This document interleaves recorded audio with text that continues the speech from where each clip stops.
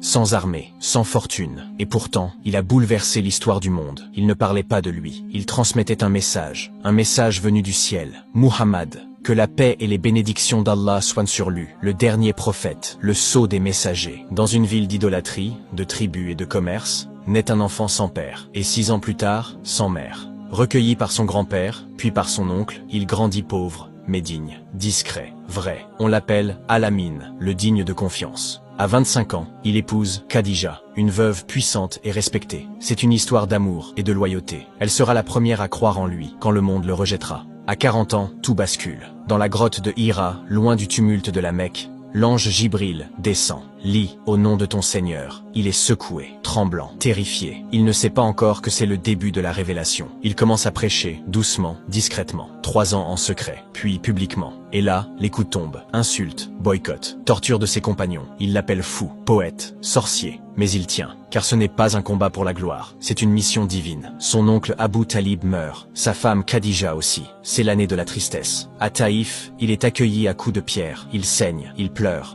Mais il pardonne, et Dieu l'élève. L'ascension nocturne, Al-Isra wal-Miraj, de la mosquée sacrée jusqu'à Jérusalem, puis, jusqu'au-dessus des cieux, il reçoit l'ordre de la prière, un honneur, un miracle. Il quitte la Mecque, il fuit les assassins, il quitte sa terre, c'est l'Hégire. Il s'installe à Médine, et là, il construit une société. Il devient leader, législateur, commandant. Mais il reste humble, Badr. Ils sont 313 contre plus de 1000, et ils remportent la bataille. Pas par stratégie, mais par foi. Uhud, ils désobéissent. La victoire leur échappe. Le prophète est blessé au visage. La tranchée. Ils creusent pendant des jours, affamés, grelottants, mais ils tiennent bon. En 630, la conquête de la Mecque. Il entre, sans combat, sans vengeance. Et il dit, allez, vous êtes libres. Ceux qui ont voulu le tuer, il les pardonne. Puis, il fait son dernier pèlerinage. Et sur le mont Arafat, devant plus de 100 000 compagnons, il livre son dernier message. Aucun arabe n'est supérieur à un non-arabe. Aucun blanc à un noir, si ce n'est par la piété. La révolution spirituelle et morale est achevée. En 632, Médine, il tombe malade. Il dirige sa dernière prière, assis. Puis il retourne à Dieu, la tête posée sur les genoux d'Aïcha. Ses derniers mots, ô Allah, le compagnon suprême.